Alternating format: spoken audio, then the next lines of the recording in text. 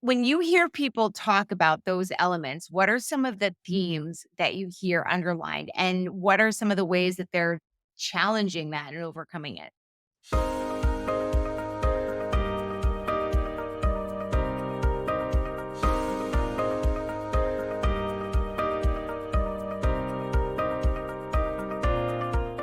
And thank you for watching and joining us here on the Kerry Barrett Show. I'm Kerry Barrett, your host, and we are joined today by Melissa Minchala. She is a certified digital strategist and somebody who I've grown to know and love over the course of my entrepreneurial years. Melissa, it's so good to see you.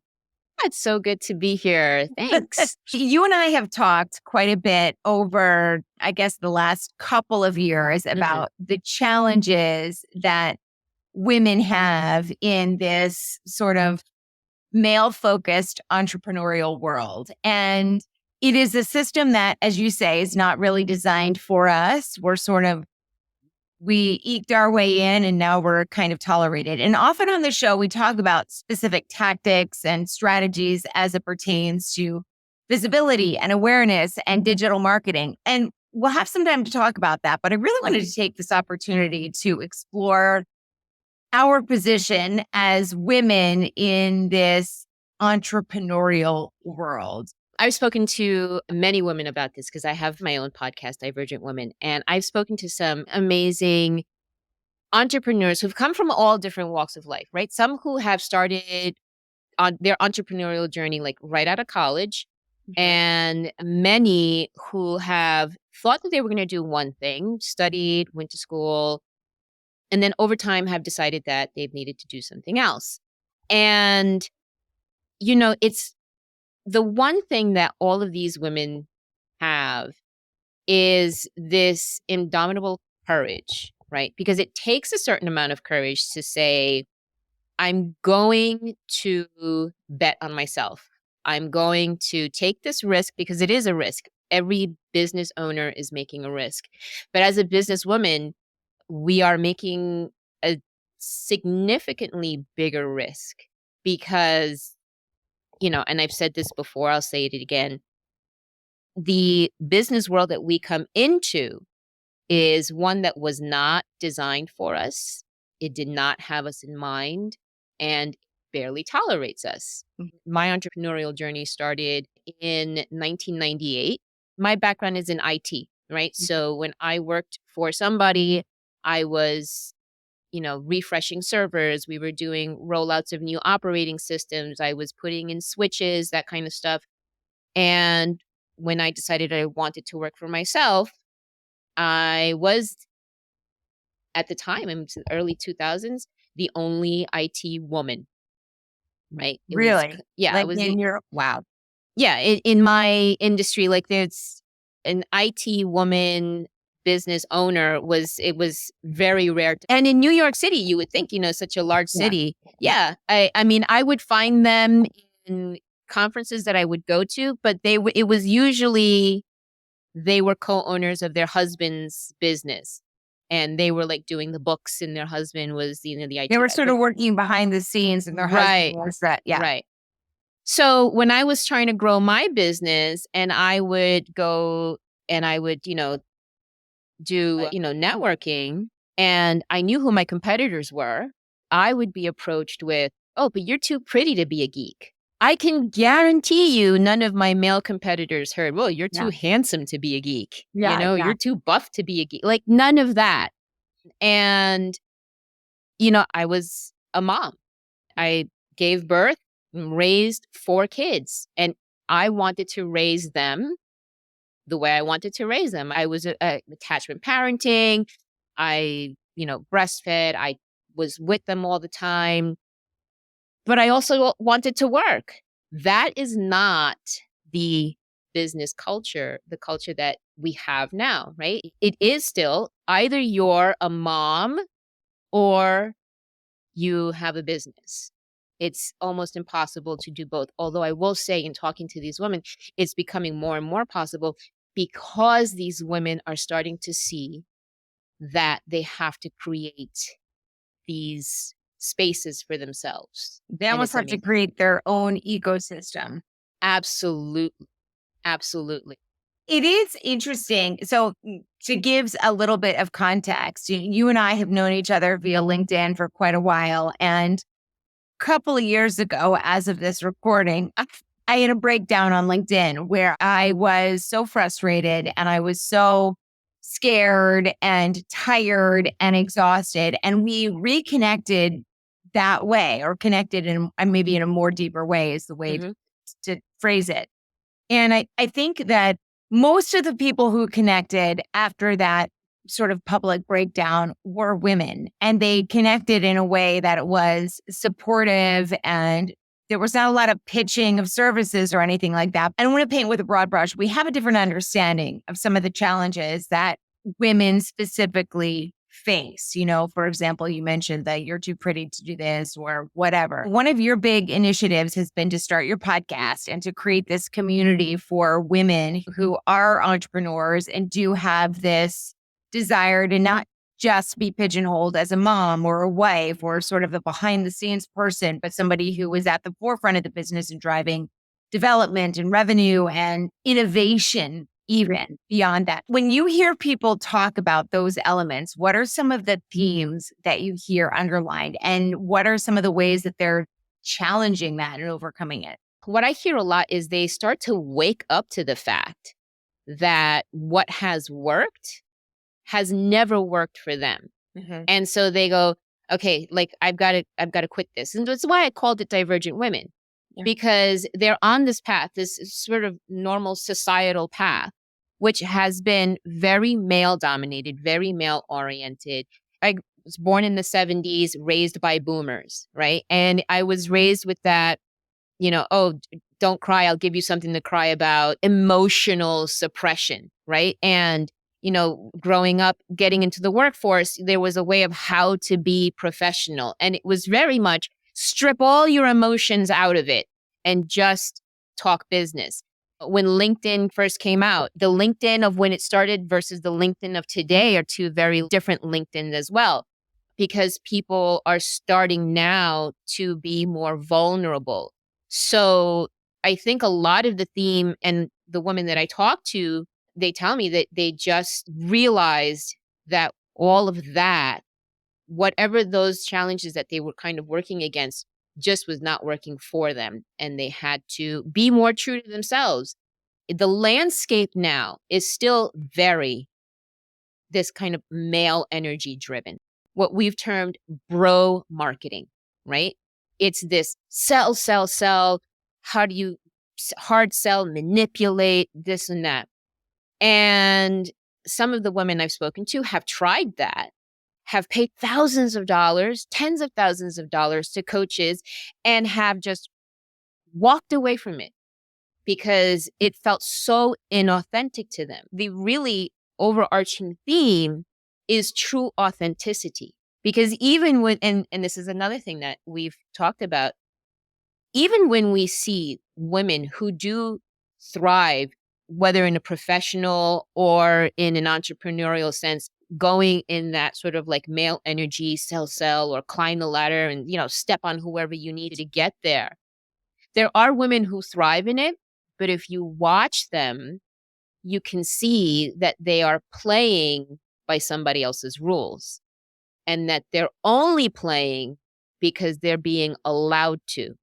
And the difference is that when you as a woman say, this is not the way I want to play this game.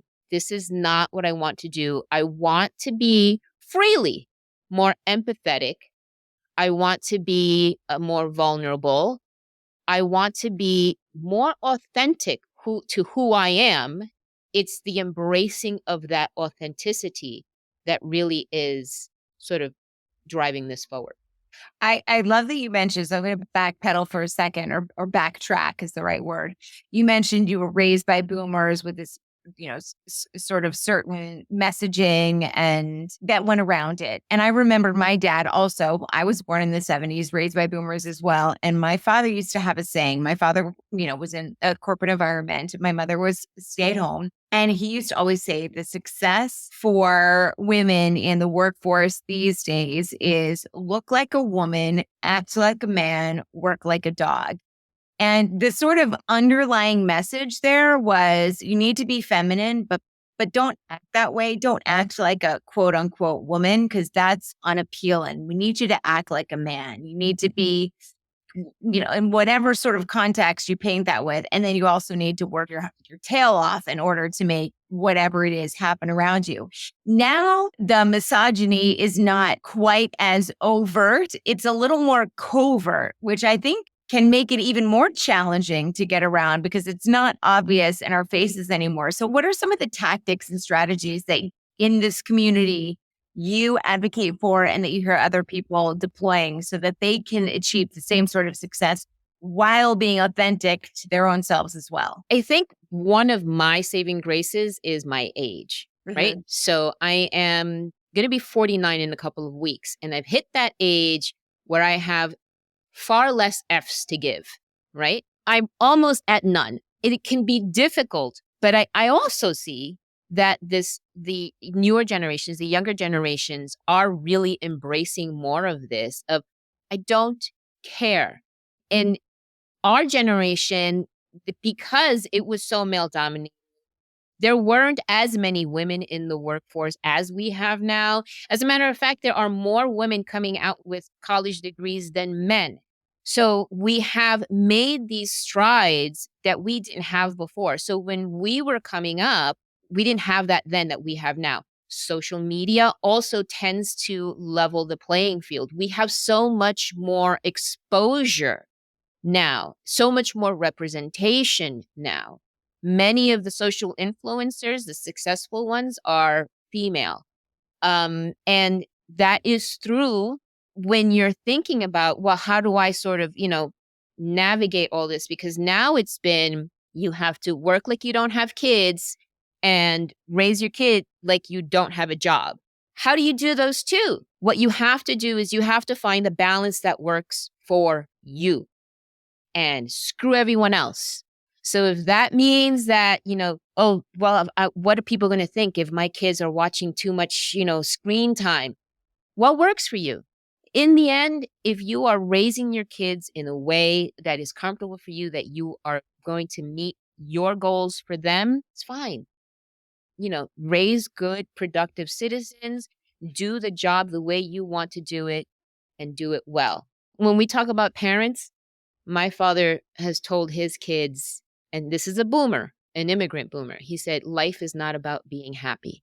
And when he said that to me, I immediately felt devastated for him because I knew that he didn't like his job, but he was doing it because he had to.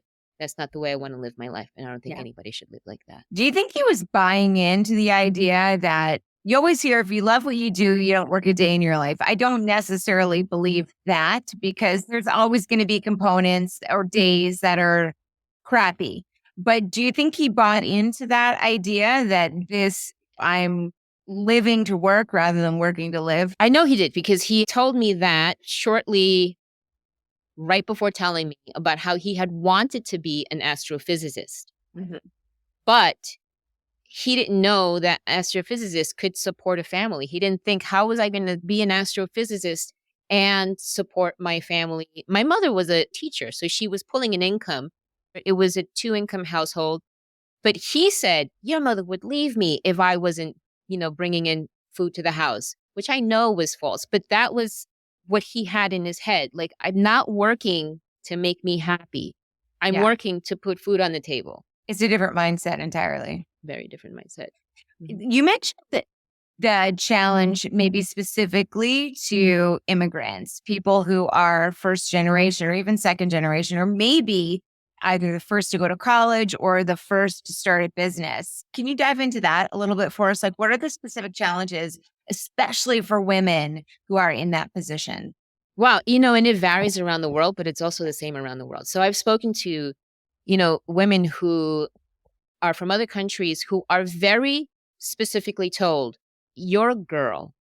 You're going to be either a teacher or a mom. and that's it. And to go against those kinds of expectations, societal expectations, is very difficult. One woman that I spoke to, she said that a friend of her mother came and she said, "Oh, what are you going to school for?" She says when she was in college. She said, "Oh, I'm studying to be a teacher." And the lady said, "Oh, that's fantastic. My daughter wants to be an engineer and she's giving me such a big headache over this." So women all over the world are having to fight all these barriers put around them. And, to the women that I've spoken to here in the United States who were raised in, middle America, they were also sort of raised with stability. That was the big one. Especially when you're coming from a family, like nobody in my family was an entrepreneur. As a matter of fact, my father, I used to hear him several times say, "Oh, I would never own my own business." And I know that was because his parents had lost a lot of money, through businesses. And so to him, that was traumatic. So I can understand where it came from. So when I was, sort of opening my business, and what I found that I didn't have a lot to talk about with, I couldn't talk about my colleague. I couldn't talk about, the promotion, because there was nothing for them to contribute with. Other women that I've spoken to, their parents would kind of like white knuckle it for them, or would tell them, maybe you should just get a job, which is the last thing an entrepreneur is going to want to hear. And the truth is, as an entrepreneur, you're going to have ups, you're going to have downs. You're never going to have a flat steady the way a paycheck does. But in all honesty, even these days, even a flat paycheck doesn't stay that way, because you can be laid off at anybody's whim. So that's really some of the biggest obstacles. And so what do these women do when they hear, "Oh, maybe you should just get a job," or, the mom that says, I don't know why you're doing, "Are you sure this is the right thing for you?" They got to buck up and keep on going and remember why they're doing it. It takes a lot of fortitude. It really takes a lot of fortitude. Has there been anything that's been surprising to you within the community? And obviously you have a lot of experience. You worked for someone, you have your own business. My point is you have a lot of experience in these different areas or perspective. Has there been anything that's been surprising to you that women have said to you in either your podcast, Divergent Women, or within your community as well, that you see as a new challenge for younger entrepreneurs, or something that was unexpected that we need to, put more thought to? I have to give a lot of credit to the younger entrepreneurs, and I think that they have a lot of advantages given by the internet, because they have a very distinct ability to identify where their own problems are, their inner problems. So there's this movement of, healing inner traumas or ending generational trauma. And that's an amazing quality, because, the first step to really fixing anything is to acknowledge its existence. And they just fly right through. Meanwhile, our generation, certainly the generation before us, maybe a little bit our generation, I think we were Oprah generation, right? Because we had Oprah Winfrey, who was talking about everything and anything, and we were right there with the conversation. She opened up a lot of conversations for us. And now the internet just broke that seal, and now everybody's talking about everything. But when the past generations, like the boomer generations, no one talked about anything, and just so cycles repeated and things got, worse. This newer generation, the younger generations, they're all about, let's find where the problems are, resolve them, and move on forward. So I cannot really think of any obstacles that they have, because they're so good at just preemptively facing them. I think one of the interesting things is, you sort of mentioned like generational trauma or child trauma, and how that sort of infuses every part of our lives. And we're much more open to discussing it and moving past it. Part of it because of Oprah, part of just because of the way that we evolve and advance. Generations ago, 2 or 3 generations ago, women certainly experienced the same kind of head trash that I know I experience on a daily basis, or imposter syndrome that I experience on a daily basis. We were more likely to attribute that, I think, at least, internally, as to our own perceived lack, wherever we lack. Do we have I have imposter syndrome because I really am bad at this particular thing, or I have this head trash going on because I really don't have what it takes to do this or that. Now we recognize that those aren't necessarily truths, but stories that we've made up inside of ourselves because of conditioning or messaging or past experiences or whatever it is. And I think that's one of the greatest things about community.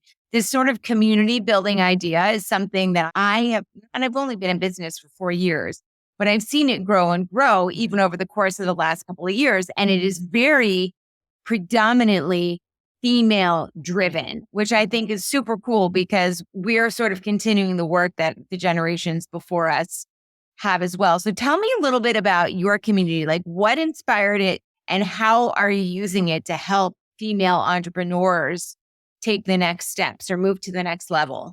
One of the biggest reasons that I started the podcast and wanted to grow that community is because I am a first generation entrepreneur, and it can be difficult. And just owning a business is isolating. You know, when you work for someone and you have a bad day, you can talk to your colleague about how much you hate your company or how much you hate your boss or how much you hate.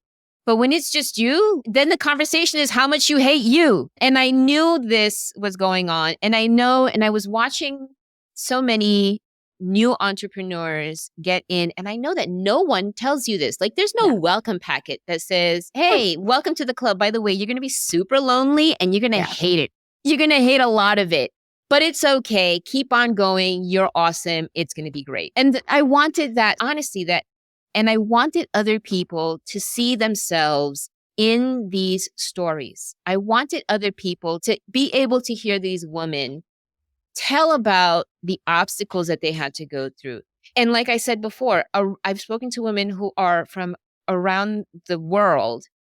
Many of the stories are different, but they are all the same in that they started out with this great idea. They had some doubt, but they really wanted to do it. And they had the fortitude to keep going. And they've had their failures. And even though they may not be now where they want to be, they're working towards getting there, and they wouldn't do it any other way. And they keep on going. And that's the thing. That's the experience that we all have, but we cannot have it alone, or we should not have it alone. We should have it as a community, sort of like pulling people with us. Because like we said before, since this business community that we came into was not meant for us, it's time for us to start to create our own. And we can absolutely do that. Do you think there's crossover or overlap between female entrepreneurs and women who are also working in corporate or in perhaps even male-dominated industries? Are there similar challenges? I think it depends on the woman. Every woman has their own ambition, right? And I got to say, everybody is different. So my home, not very well decorated because that's just not my thing. Yeah. So I don't have like great art piece. I have knickknacks and paddywhacks. I don't have art pieces, right? My best friend, she makes a beautiful home. And there are women who are ambitious in the workforce, right? Instead of in the home. So it depends. So if a woman who's in the workforce, but really her ambitions are somewhere else, they're not going to have the same sort of challenges as someone who is ambitious in entrepreneurials. Because if you're ambitious in the workforce, you're going to come up against a lot more obstacles than if you're ambitious in the home, because you just have less people that you're coming up against. So it depends on the person. It depends on the position that they're in. I also think that is very smart because often men and women were painted with a very broad brush. You're either this or you're that. It's sort of if I'm being very like down to basics, it's this almost that like Madonna horror complex. You're either one thing or you're the other. It's very binary. And as women, we know that doesn't apply. And I think we're beginning to realize as men or for men that doesn't really apply either. And there's an opportunity for us to bring our full selves to both places which has only been amplified since the pandemic. And now everybody's seeing our, sunrooms and our kitchens and everything. You see nothing because I've got nothing to show. If you look just slightly off screen, you'll see there's a full-fledged disaster brewing. Well, if you're listening to this, go check it out on YouTube. Melissa, I could talk to you forever. And I do have to say, you have been one of the constants in my entrepreneurial journey. And I had zero business experience when I sort of launched into this world without a lot of thought. And you have been such a support and so amazing. And I know that the community that you're creating will be a huge source of support and inspiration for other women who are going through the same thing. So tell us a little bit about, where people can learn more about the community. We haven't talked a lot about your digital marketing agency, but if they are interested in working with you, where should they go to get more information? What would you like that? Okay, so I've got a Facebook group. It's Driven Female Entrepreneurs. It's very simple if you're a driven female entrepreneur. And the other thing also I just want to sneak in there because it came to mind, but we also have to remember that every woman doesn't have one season of life, right? You can be many things throughout your life. So even if you've decided after 30 years of being in the workforce, you want to be an entrepreneur, you can do it. I encourage you to do it. So Driven Female Entrepreneurs is my Facebook group. Come and join us there. My podcast, which I highly recommend because the women there, the stories are just phenomenal, is Divergent Women. You can find it and just every podcast platform. And you can find how to work with me on melissaminchala.com. You're awesome. Kerry, you have been a delightful addition to my life. Oh, you're so sweet. Go on. It was great talking to you, Melissa. Thank you so much for being part of this. Thank you.